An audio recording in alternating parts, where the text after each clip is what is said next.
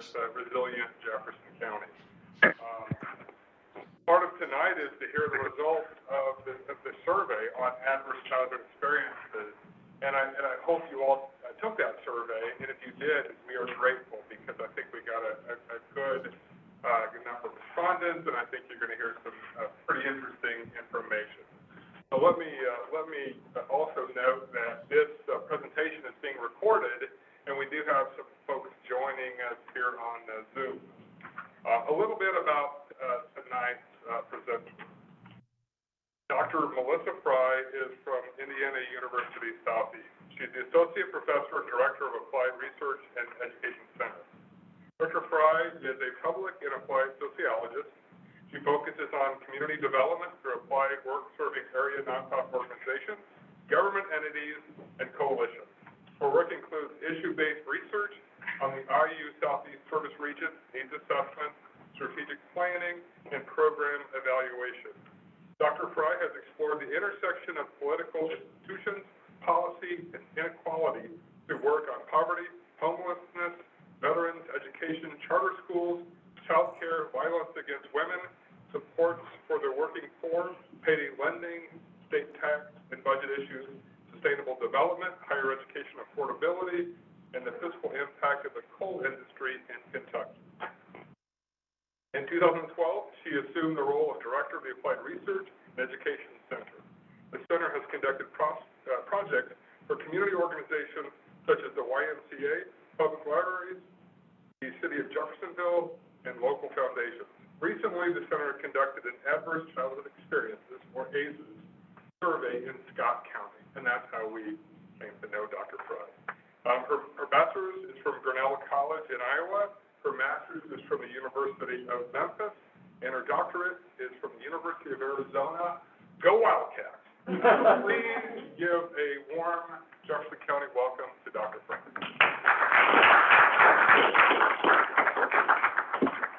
So that's what happens when you're too busy to send a very short bio.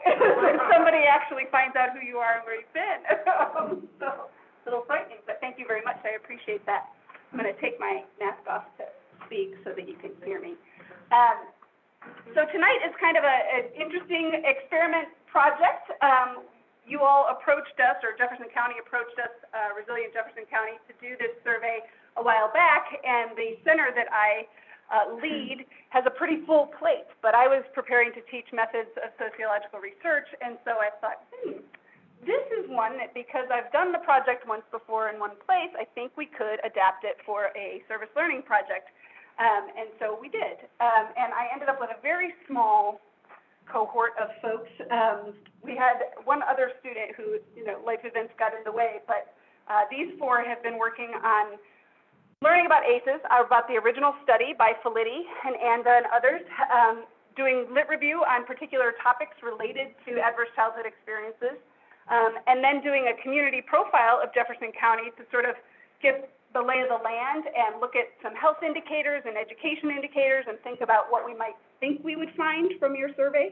So they did that work while you all were taking surveys. Meanwhile, Resilient Jefferson County did the work of putting survey boxes out around the entire community and distributing through email lists, Facebook posts, et cetera. So we have a large convenience sample of Jefferson County. And I'm going to speak in a few more minutes about some of the methodological issues that our sample presents. But what we're going to do tonight is I'm going to open it up with just talking about ACEs as a community level issue, and then each student is responsible for a particular section, and there's a couple things I'll be doing in between. And then we'll do Q&A when we are done for the evening. Does that all sound okay? Anybody have questions before I get started? Okay.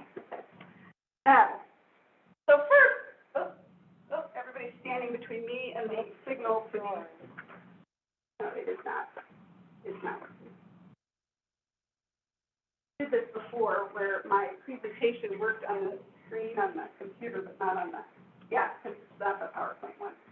There we go. There we go. All right.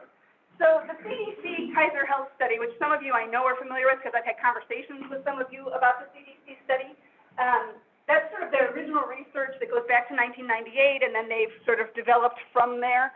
But one of the arguments that they have made is that basically from conception to death, there are a variety of mechanisms by which adverse childhood experiences influence outcomes. And so earlier in this project, we did screenings of the film Resilience, which is a fantastic documentary. If you haven't seen it, I recommend it. There's also Paper Tigers and Broken Places. All three of those documentaries present sort of a nice package of the research on adverse childhood experiences and real stories of communities trying to figure out, okay, now that we know what we know about adverse childhood experiences and how they affect neural development of the brain, what do we do about it? How do we see it showing up in kids' lives? How do we recognize when what we're seeing is the result of trauma? And then how do we respond in ways that are productive? So some of the mechanisms you'll hear about as the students present as well are that adverse childhood experiences create toxic stress. That's chronic levels of stress that release chemicals. You know, when you get stressed, it releases cortisol in your body. Well, these chemicals and hormones that get released when we experience stress, that's good for us. It helps us run when we're in danger, right? That fight or flight reflex. But when that fight or flight reflex is on all the time, it harms you. And you know that just as a grown person who goes to the doctor, right? They tell you that you need to reduce your stress levels to prevent heart disease and, hypertension, right? We pay attention to indicators that we're not bringing our stress levels down between stressful events, okay? Well, when it happens to a child, before the brain has fully developed, it impacts the neurodevelopment of that brain, all right? And that effect on neurodevelopment affects things like the likelihood that a young person or an adult will engage in high-risk behaviors, the likelihood that they will continue to be impulsive long after maybe the age of 25. It fundamentally affects behaviors, and those things then affect outcomes in health, education. When you affect health and education, you also then affect income. So we're going to talk today about some of those outcomes, and on our survey, we asked folks in Jefferson County to tell us a little bit about themselves and their outcomes in these categories so that we were able to tie ACE scores to those outcomes for the population here. Well, I should say, for the population that took our survey here. So I will put a lot of caveats around our sample as we proceed. So to start, does it revert? It won't advance even when you press it on the keyboard. Yeah, it's got to go back to that PowerPoint one, but it seems like every time you press slideshow, it gets frozen. My apologies.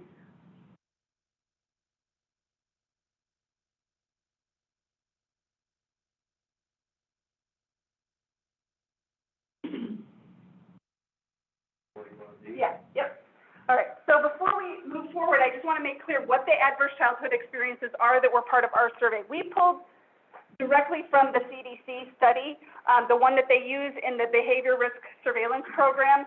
They pared down to 10 questions. There are studies in the ACEs literature that use additional questions. So you may find, if you go do your own research on this, you'll find that there are some studies that use additional questions. But we stuck to these 10 core ones. Before the age of 18, did you live with anybody who was a problem drinker, alcoholic, or used street drugs? Did you live with anyone who was depressed, mentally ill, or suicidal? Did you live with anyone who served time or was sentenced to serve time in a prison, jail, or correctional facility? Did you have a mother or stepmother who was often slapped, hit, grabbed, kicked, pushed, or had things thrown at her? Before 18, did you have parents or adults in your home who often hit, beat, kicked, or physically hurt you in any way before you were age 18? Did you have a parent or adult in your home who often swore at you, insulted you, or put you down? Did you have parents who were separated or divorced? Did you have no one in your family who loved you or thought you were important or special? Did anyone at least 5 years older than you, or an adult somebody who was 5 years older than you, or an adult who often touched you sexually or tried to make you touch sexually? And had anyone at least 5 years older than you, or an adult who often forced you to have sex? A couple of those are combined in the one sort of sexual assault item on the survey. And I will note that when we administered this survey in Scott County, I was contacted by someone directly, very upset that it specified 5 years or older. And I want to make clear that that doesn't mean other things don't cause trauma. the research on adverse childhood experiences that pared things down to these 10 items, or that these 10 items were consistently, significantly, statistically significantly related to particular adult outcomes that the original researchers were studying, okay? And so that's where the items come from. It doesn't mean that other things are not traumatic. These are just the things that are very robust in the research, that consistently seem to be predictive, so that you can create a score out of these variables that will be predictive, okay? And I think you're going to see today that our findings suggest, in fact, that they are predictive here in Jefferson County. This is Melissa Slate. So I should introduce them. Melissa Slate, Tiana Morrell, Destiny Love, and Caitlin Rose. My apologies. Hi, yes, I'm Melissa Slate, and I focus on the demographics. You better take your mask off. Yes. Thank you for giving me that permission. I'm deaf anyway, I Thank can't you hear for it. giving me that permission. So among our respondents, the average age was 45. Our sample was underrepresented, both young adults and senior population, while overrepresenting all other age adult groups. I'll let you look at the graph. Right here, we have our sample, and it was overwhelmingly female. Jefferson County is evenly balanced. We'll explain later on how we dealt with this, too, in a few minutes. But we see Jefferson County and then our sample. With education attainment, our sample was also overrepresented. Higher levels of educational attainment. So 52% of our sample had a bachelor's degree or higher, compared to the 16.3% of Jefferson County.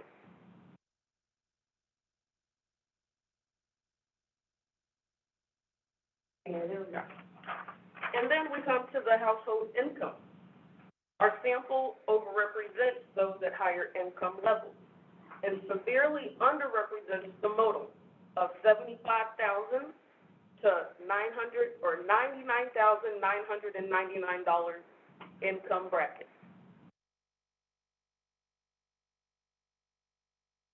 The screen isn't what makes it explain. Oh, is that what it is? Sorry. I don't know No why. wonder I'm Did it messing get up. stuck again? Okay, I'm sorry. I don't know why it keeps separating from this.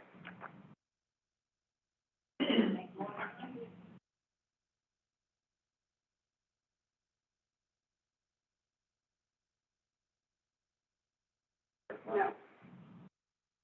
Yeah. Wait.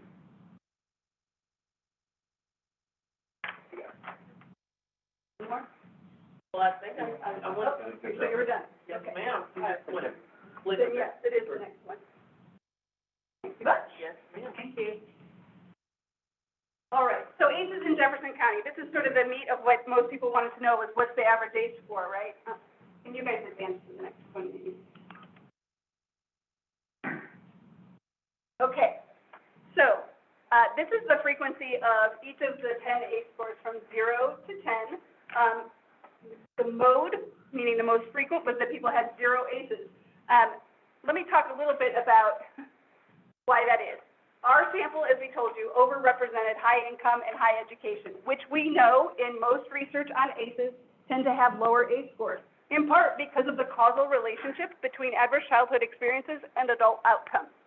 So what we did was we went ahead and weighted your sample to the population proportions for income, sex, age, income, and educational attainment, because those were the areas where we were most off, which is why those are the ones we presented to you as part of the demographics. So we basically took the responses we had and made them proportionately represented for the size of the adult 18 or over population for Jefferson County, which is 25,567. So you'll see in some of these slides that the N for the weighted sample is 25,567. Now I'm going to put a little caution banner around this.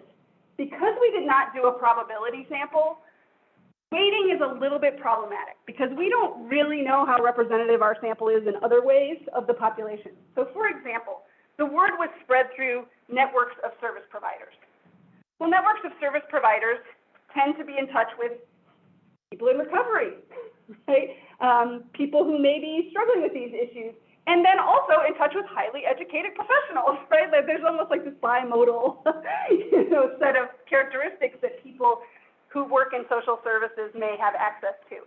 That may well be showing up in our sample. I will tell you that after we weighted the sample, I watched what effect it had on our analyses. So those were both cross-tabulations for any of you who are stats people with chi-square, but also we did do some that we're not going to share with you just because these folks aren't at this level yet either, but we did do some regression models, and I paid attention to sort of what impact it had on our analysis to do the weighting versus just doing our sample. And what I can tell you is when I did those things, it looked like it brought us more in line with the national data. There is currently a much larger study than the original study on ACEs that follows the behavior risk surveillance survey data and has more than 200,000 cases in it.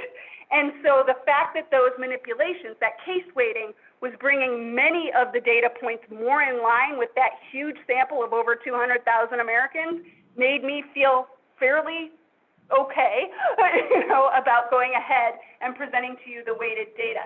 But there are places here and there where I still think it's a little jicky and reflects dynamics of the sample that we had that maybe isn't fully representative of the population. So I just want to,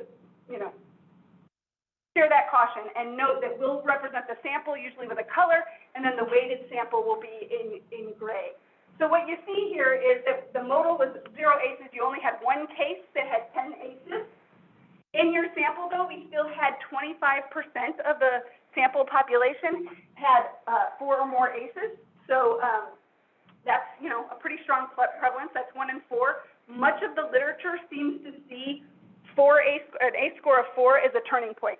It seems to be and part of it is that's what people do with their analysis, but part of the reason they do that is there seems to be more significant impacts once you get past that 4th type of trauma, right? And the ACE score is really getting at how many different kinds of trauma did you experience, not how many times did you experience trauma, but how many different kinds of more chronic trauma did you experience. So there's your distribution, and you can see the difference between the sample and the weighted sample. In some cases, it's not huge. And in other cases, it is a more significant difference, including that 7 to 9 ACEs. There were only 7.5% of our sample with 7 to 9 ACEs, but when we weight, it shifts to 12.6. And I suspect that's because that educational attainment and income, when we adjust for those, it moves it up. One of the ones, though, that moves down, the advanced slide. It'd be nice if we get an answer without going out of PowerPoint, but I don't know. How many surveys were filled out? There were about, so you'll notice that the sample size varies when we move from topic to topic because of who answered which questions. But the ACE score, thank you for asking, we had 642 for whom we had data on all 10 questions about ACEs. So the ACE score represents only those who answered all 10 of those questions. And please let me know, the sample had a mean score of 2.2, but the weighted sample was 2.6. Okay, and I think that's that adjustment for income and education. The national ACE score average, mean ACE score in this new 2020 publication is put at 1.56. Okay, so it's a little bit higher than the national mean. All right, go ahead and advance. These are the particular ACEs. So we've sort of abbreviated and summarized, but what you notice is that all of them get larger in the weighted sample. I'm sorry, the colors got flipped on this one. All of them get larger in the weighted sample except sexual abuse. And that's because our sample was so predominantly female, and women are far more likely to have experienced sexual abuse before the age of 18 than are males. Okay, and so that also suggests that weighting was making some really appropriate adjustments, right? That number should go down when you put far more men into the equation. And the other ones, it is likely they went up when you adjusted for education and income. That makes sense. It makes intuitive sense. All right, next. The only thing I will note here is Keith brought up when we were doing preliminary findings with them that in some of the other studies, divorce isn't the top one, but in all the studies I've looked at, the original study by Felitti, they didn't have parents separated or divorced as one of the listed ACEs in that study. And the more recent 2020 data from the CDC, they combined ACEs into types of trauma. And so emotional abuse was more prevalent than divorce or separation, but that combined more than one of the categories we have in this list. So I will do that work. I haven't done it yet, but I will do that work to just sort of see how yours compares to theirs. But I suspect that's going to put emotional abuse above the separated or divorced in your case as well. All right, go ahead. No, that was it.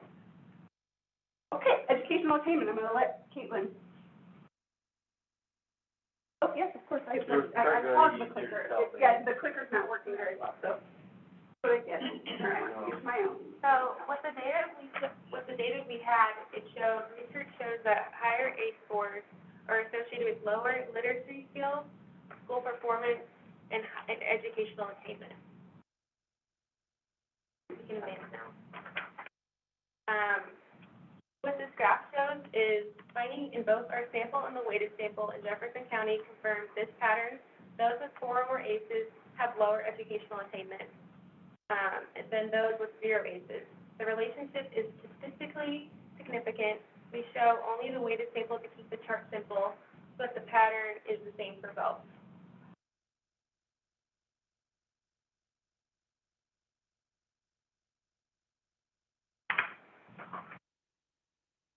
I'll be talking about physical health and mental health. Take your mask off. Sorry. I'll be talking about health and mental health in correlation with childhood trauma. The research found that those who experience childhood trauma are more likely to engage in high-risk behaviors that lead to poor health outcomes, such as heart disease, obesity, diabetes, physical and mental disabilities. Interestingly, our findings are not consistent with prior. Interestingly, our findings are not consistent with prior research on ACEs that links to childhood trauma to obesity. In fact, the Jefferson County sample, those with 0 ACEs are more likely to report obesity. We asked people in our sample if they suffered any of the health alignments commonly associated with ACEs. Those with 4 or more ACEs had significantly higher prevalence than those with 0 ACEs for every one of the health issues except obesity. Now we go on to mental health. Next slide. We are examining the association between childhood trauma events and the emergence of mental health. The ACEs we are examining include physical, emotional neglect, physical, sexual abuse, parental separation, and divorce. Having at least one of these ACEs leads to depression, anxiety, personality disorders, and suicide. Age 18 to 45 of those reporting abuse had elevated autonomic and pituitary adrenal responses to stress.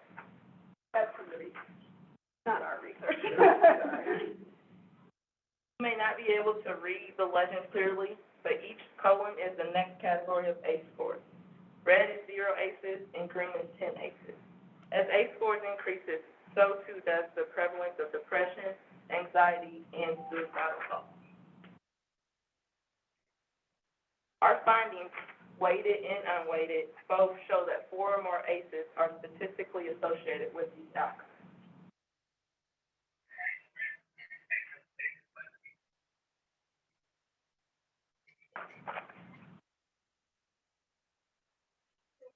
So research on ACEs consistently shows a robust association between high ACE scores and substance use disorders.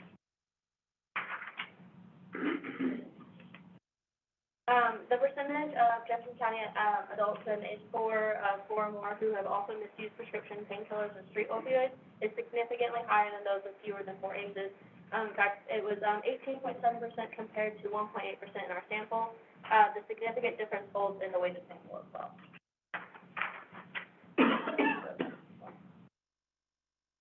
And adults with 4 or more ACEs are significantly more likely to have smoked cigarettes regularly than those with 0 ACEs.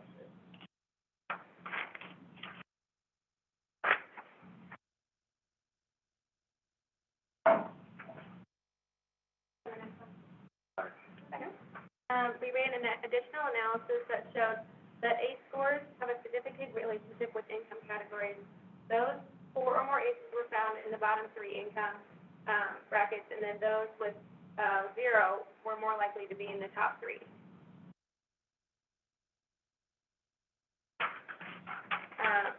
Research indicates that that higher ACE scores are connected with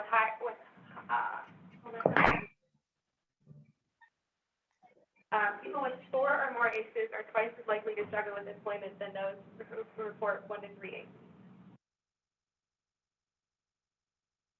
And then research indicates that higher ACE scores are connected with higher employment stability. Yeah. Higher ACE scores are connected with lower. Oh, sorry. That's all right.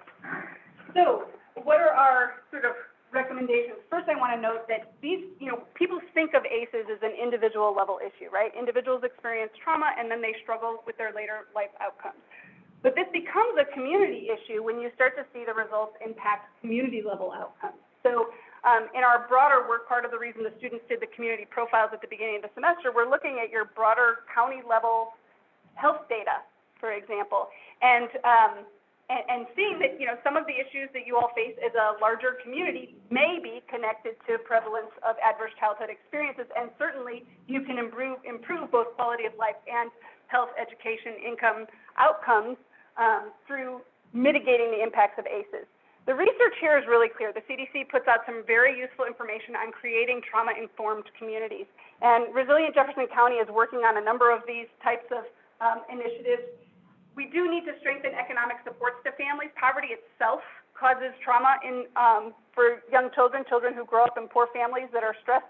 And some of the more recent ACE surveys that go beyond those initial 10 really get into the chronic stress of living in poverty for children. So strengthening economic supports to families is important. Promoting social norms that protect against violence and adversity, ensuring strong start for children. So we'll talk a little bit about what that might look like, but teaching good coping skills, healthy coping skills. I know some of the prevention programs in our community, and I think this is probably true for yours too, tries to work more with young children on developing, a real connection to and sense of the things that give them sort of natural highs, right? And to recognize that those things can be a really good way to cope with stress and adversity. So some of you may be people who go out for a run when you're struggling with an issue at work, right? That type of coping mechanism is the kind of thing that we want to do more to teach young people.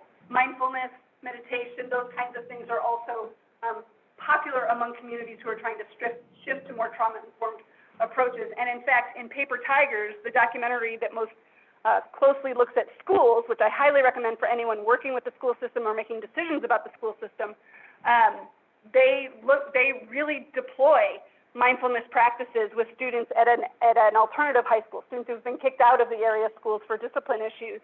They shift to a trauma-informed approach, shift from thinking, what's the matter with you, what's wrong with you, to what happened to you, and teach these young people mindfulness skills. And their results so far have been pretty strong, right? They're seeing a different set of outcomes out of the youth that they serve.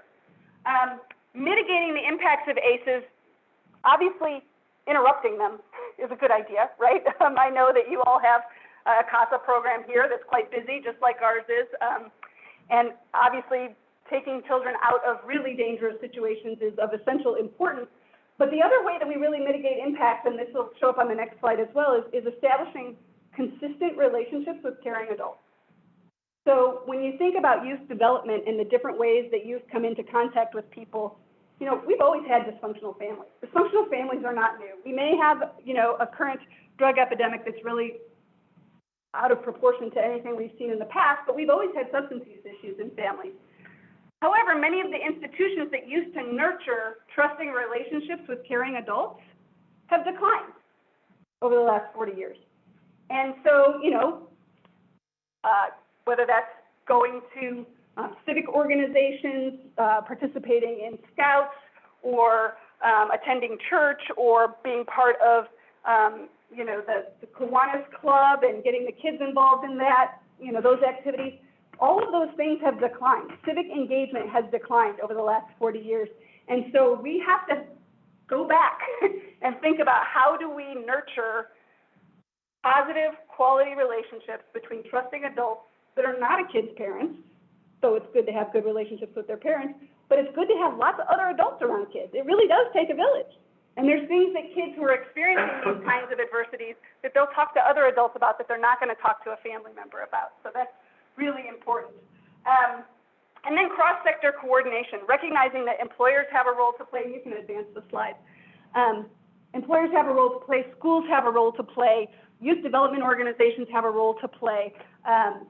Substance abuse treatment programs have a role to play. Physicians have a role to play. This is something we're talking about a lot right now in Floyd County with our ECHO program.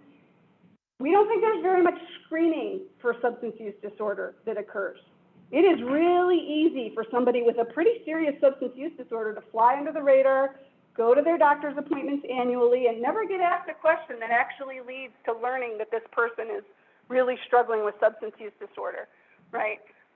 Those kinds of things need to shift if we're going to do a better job of recognizing when something's happening and preventing it having negative impacts. So one of the things we want to really promote is communication of the case. We want organizations to really think about how they can communicate the facts about ACEs. There's a lot of good research, and our final report to Resilient Jefferson County will include the students' work on the lit review, which includes some lit review that we did in the past for Scott County, and then updates over the last 3 years. And believe me, there's been quite a bit over the last 3 years that's going to get added to that. So breaking that down into bite-sized pieces to share with folks through different channels that you have for accessing public education outlets is a good idea. Thinking about audience as you present. So we will present everything in sections that will include economy, health, mental health and substance abuse, and education, so that your audiences, you have economic information for business owners and employers, right? For the economic development folks in your community, you have information on education in schools for the school folks, and you have information on health for physicians and mental health and substance abuse for service providers and physicians who work on those issues. You want to find leverage points. So I do note, because I think that we have some good ones in our region, the home visiting programs that visit first-time mothers who may be identified as at risk for any number of particular reasons are very effective. They're very effective in reducing child abuse and neglect. And if you reduce child abuse and neglect, you're going to bring down ACE scores, right? And you're going to promote more positive adult outcomes. So that's a leverage point for sure. High quality early care and education. Some of you who know me know that I can't say enough about the importance of birth to age 5. This is when the brain is doing the most development. It's also when parents and other adults sometimes think that a kid can't follow what's going on. And a lot of trauma happens that can't be undone at a time when the brain is also producing cells and neural pathways faster than it ever will again. And what that means is if you get behind at that stage, catching up is really hard, right? And so permanent damage can occur. So you can focus on high-quality early care and education.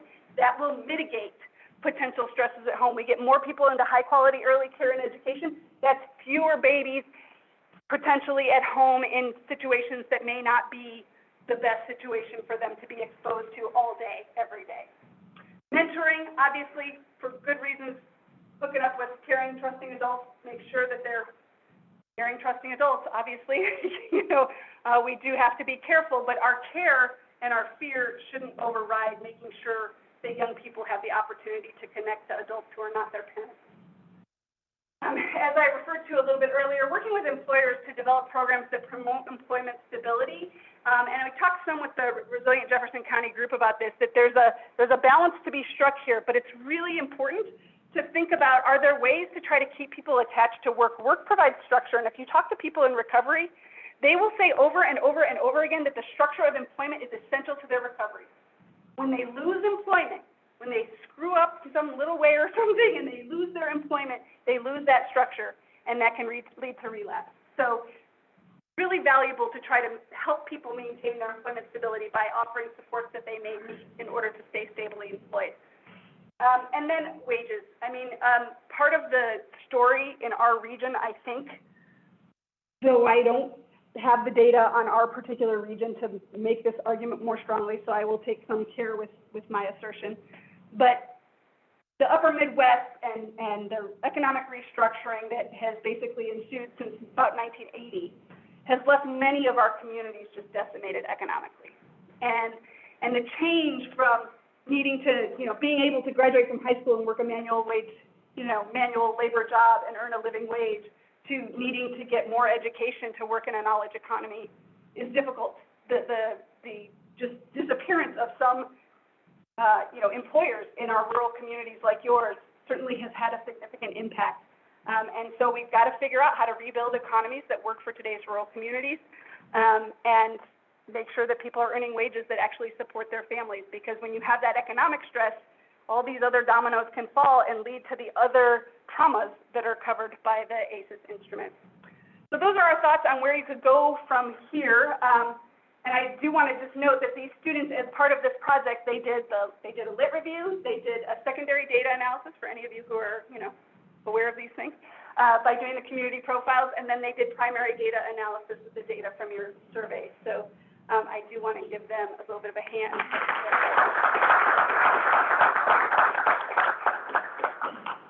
Come back on out here so we can ask questions.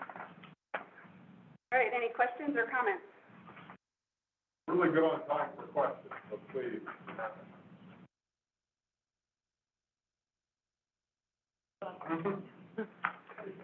I'll start us off. I wonder, from the student's perspective, what did you find the most surprising to you as you were analyzing? So, something that was surprising to me, especially with the Jefferson County data, is how high anxiety is associated with the childhood trauma and stuff. And it may be induced to that from how many mental health providers there is in Jefferson County. There's 950 for every mental health provider, 900 patients every. Go ahead, take it out. Yeah.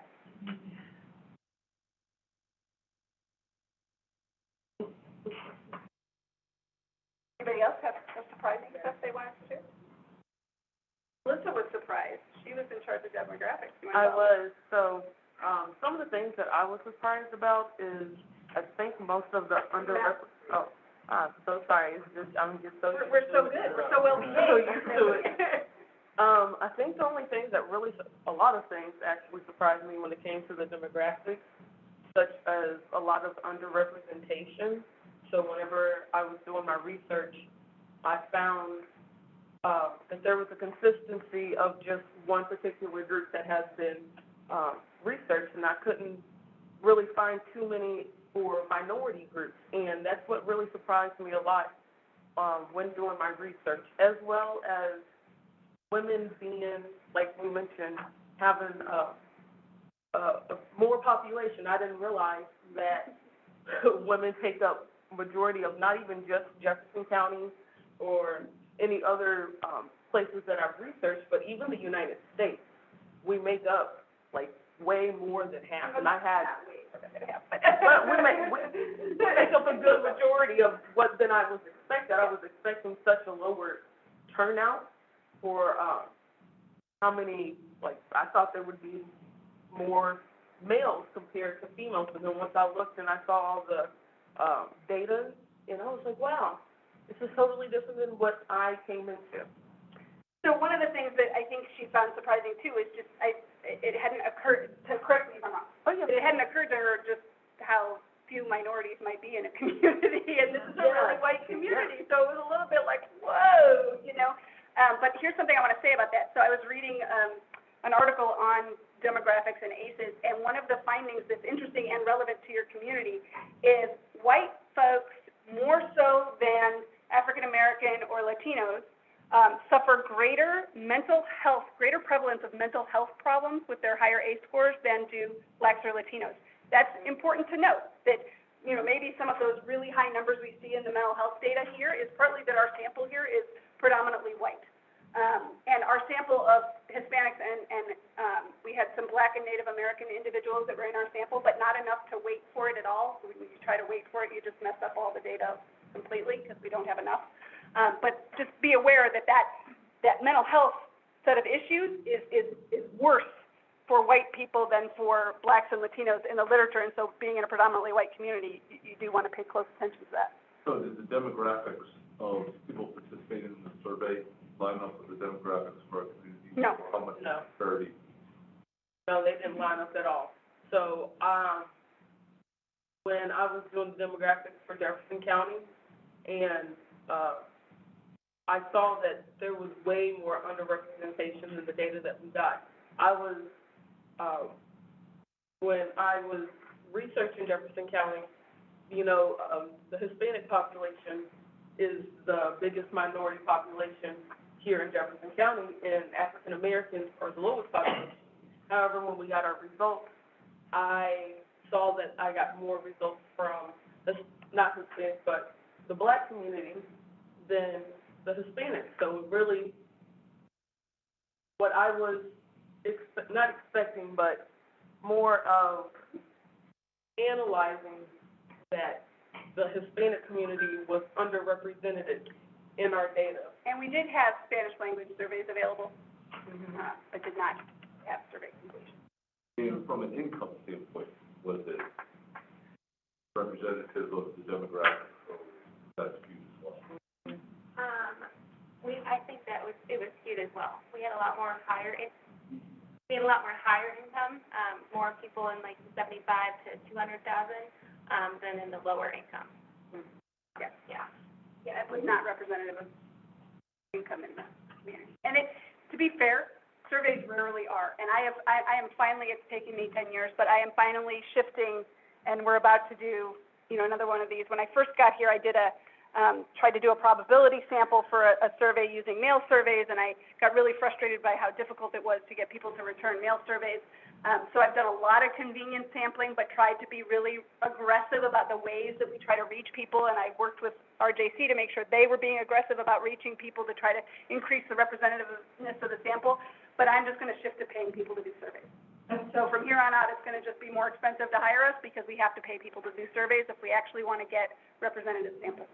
Can I just add something? So we have these boxes out at a lot of different social service providers, the city, the libraries, and the hope was that folks coming in, the library could be anyone, but that they would complete it. What we found is that, the school work, these facilities have other things to do, and the hope would be that they would encourage visitors and guests and clients to complete the surveys, and that didn't happen. So what did happen is that within our social circles and Facebook and friends and family members, we encouraged, folks that we were connected to, and it skewed the data, but we were, a little overzealous in trying to get a good number. And you got a nice number, right? It turned out, but anyway, that's a little. But it's a challenge, and it's not like it's just your challenge. It's ubiquitous, and the hard part is the people who are most likely to participate are higher education, higher income levels, people that least need their voices heard through a survey, like, in some respects, right? Because they're making decisions anyway. And what they want to learn about, usually they're hiring people like me, and what they want to learn about is the rest of the community, the whole community, and it's just hard to reach. But those same folks who get underrepresented in surveys also don't have time, and also feel like it's one more, person asking them questions about themselves, personal questions about themselves, and that's wearing too. We have a particular survey that's been in the field now for quite a while, and it's like 86% educated women, white educated women. We know a lot about educated white women. I can tell you just about anything you want to know about educated white women, frankly. But I can't tell you much about anybody else. So we are shifting. We're actually resubmitting our IRB to pay respondents on that survey, and it only takes 15 minutes. But we're going to end up probably paying people, $20 for 15 minutes of their time, just so that we can get a representative sample. So is there a way to overlay a filter on those results based on the demographics? That's what the weighted sample is. Okay, and that is what? Yeah, and we use a technique that's called raking, and this is what the pollsters do. This is like what Pew does, right? And so what it did is it creates matrices of the variables that we chose to weight. And we chose to do weighting, meaning putting weights on each case to try to get a full sample for your population that better represented based on sex, age, income, and educational attainment. Okay, those were the four that we were really off on, that we also had enough cases to work with to do the weighting. We didn't have enough cases of people of color. We did not have enough cases of Black people, Latinos, or any other racial group. I actually think you ended up with as many Native Americans as Black respondents, which is a little fascinating, but not enough for us to do any weighting on those populations, on those proportions. And what it does is it creates a matrix, and so those variables and your cases, it sort of reiterates itself until it balances out and takes what your findings were and applies them basically to the population size you're trying to model. And that's what the weighted sample results that you see in our slideshow are. Yes. How do you think the obesity, the health outcomes were all in line with that had 4 or more ACEs, except for obesity? So we're just.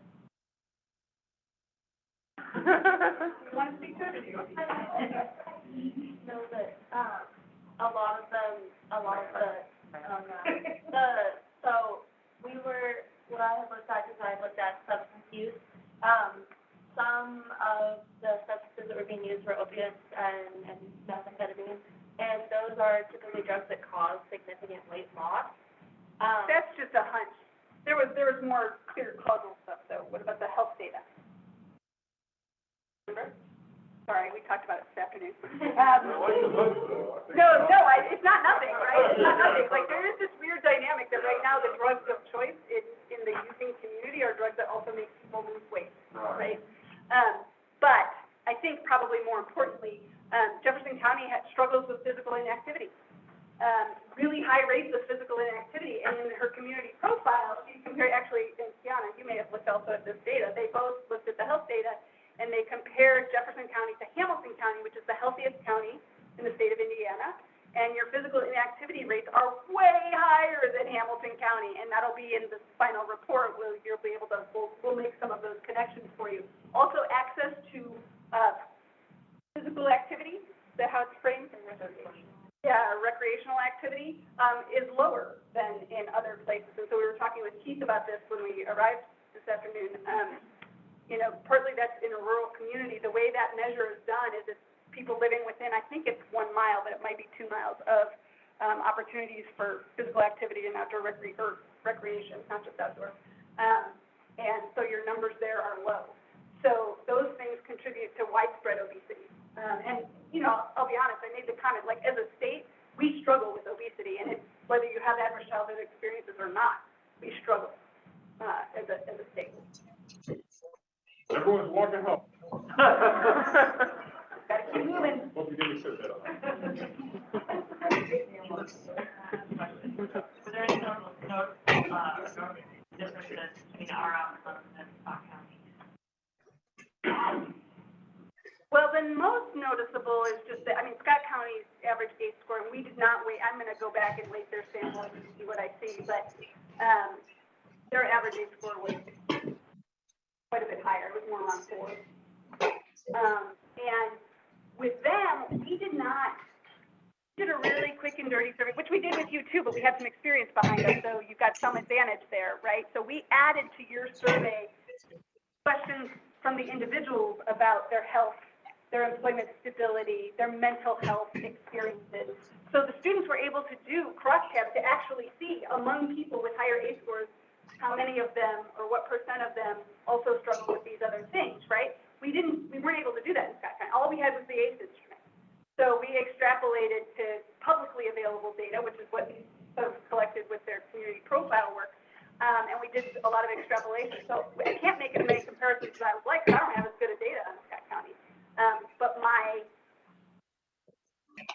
hunch is that there are some serious challenges in Scott County that are very much related to a high prevalence of ACE. And in that sample, their percentage that had 4 or more years was about 25%. Theirs was 50. There's about 50% of the population that answered the survey reported 4 or more ACE. Now that may come down a little when we weight their sample, but that's too high. I suspect also that they also had a larger percentage. Can you go to the ACE score distribution slide? In the right way, the wrong way. It's gonna be after the demographics. Okay, so your 7 or more in your sample, which is the green bars, 6, 7, 7.1 or something, percent reported 7 or more ACEs. In the Scott County sample that we had, which was gathered in a similar way, okay? So we used the same basic strategy. They had 15% with 7 or more ACEs, okay? Which one of my extrapolating things is that, their employment ratio runs about 15 points behind the state. And boy, that's interesting for those two numbers to be so similar, but this employment stability issue is really robust in the literature on ACEs. And so in my mind, that makes sense, but I can't actually, you know what I mean? I can't really make very strong claims about it because you didn't ask the questions. I kind of would like to redo Scott County, but Corey, you did not hear me say that. I'd kind of like to do a paid sample up there. It would be representative, just because I think it would be helpful to have a better, stronger sample with these additional variables. I'm all about paid samples now because I've decided that's how I'm going to get better research. So I've got a question. The very last question on the survey was, did you answer all these questions truthfully? Did you have anybody that said no? No. But when you do youth surveys, you do. So it's like, yeah, I think my kids are among them, but, Questions for Dr. Riley or students? Since I leave. any thoughts you want to share about how you think about this in terms of what to do next in your community, and it's an opportunity to speak in front of other people in your community, or maybe you all work together, I have no idea. I may have missed it. What was the predominant problem? Was it, of the 10? So divorce and separated parents, but Oh, I right. suspect if you pool those emotional abuse Yeah. items, Yeah, we okay, may I end up with remember that. Yeah, yeah.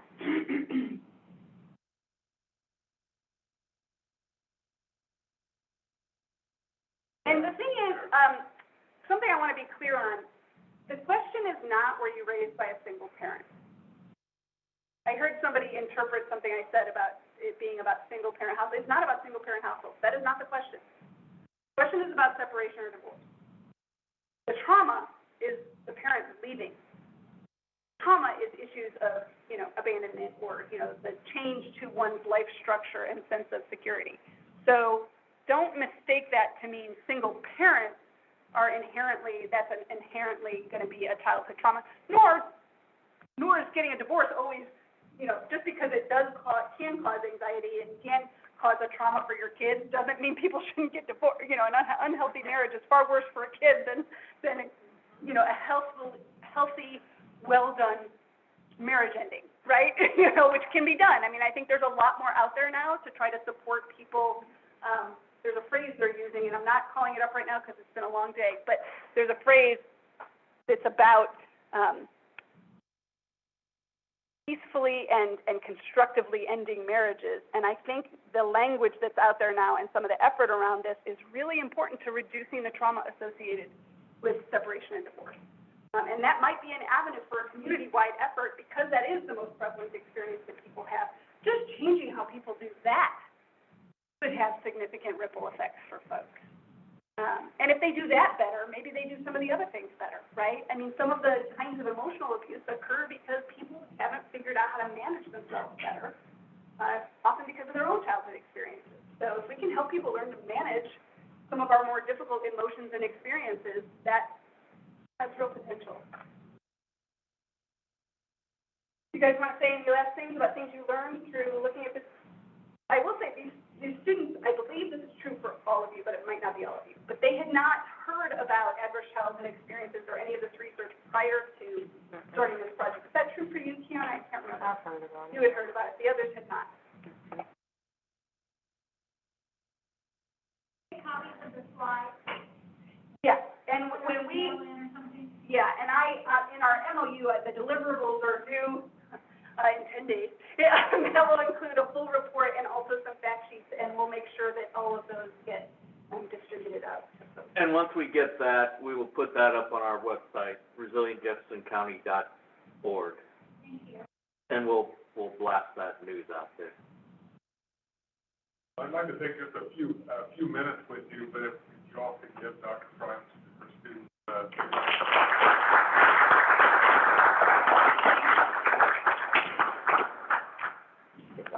Thank you very much.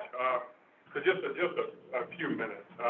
We look forward to the final report. Certainly, you saw on the recommendations or ways to engage the community. We certainly want to build our capacity for resilience in Jefferson County, and that involves not only children preventing ACEs, but also building resilience and working with adults. We have one of our goals. We have 6 goals, and one of those goals is around education. So today we have introduction to ACEs. That the documentary Resilience was mentioned. So if you are interested, if you have a group of folks, if it works, if you're interested in that, please see Keith. We also have some intermediate, maybe the term I should use, intermediate training. So what we want to do is with this training is build this trauma-informed community, and that is getting with different sectors of our community, like education, healthcare, law enforcement, judicial, our large employers or small employers, and I'm missing one in there, but Faith-based. Faith-based, I think I had some other one, social service providers. So we want to do that too. So there is some education available. You'll hear more about that.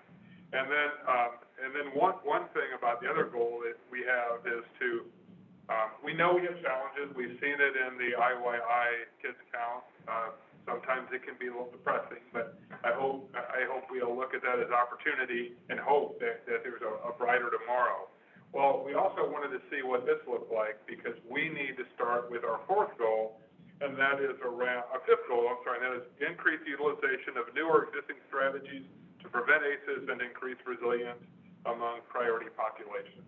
So that's one we kind of held off on, and we basically need to look at the programs that we have available. In those top areas, do we need to shore up some things? Do we need to develop something new? As Dr. Fry mentioned, one of the home-based programs, I'd love to know, where we're at. The movie Resilience kind of, you see that, it kind of spoils you on what is possible. So, I just want to, if you are interested in learning more with education or anything with the program, please see Keith afterwards. Anyone on any of the steering committees, you're all masked. You're like, bandits. I can't exactly see everyone. I see Amber, and I know Beth is here, but if you want, Molly. If you want to add, who else? Molly, of course, yes. Do you all want to add anything? Sue? Sue's here, I'm sorry, Sue. One of the things that I would add that we don't actively have going on right now is screening of the movie Resilience for people or organizations who haven't seen it yet.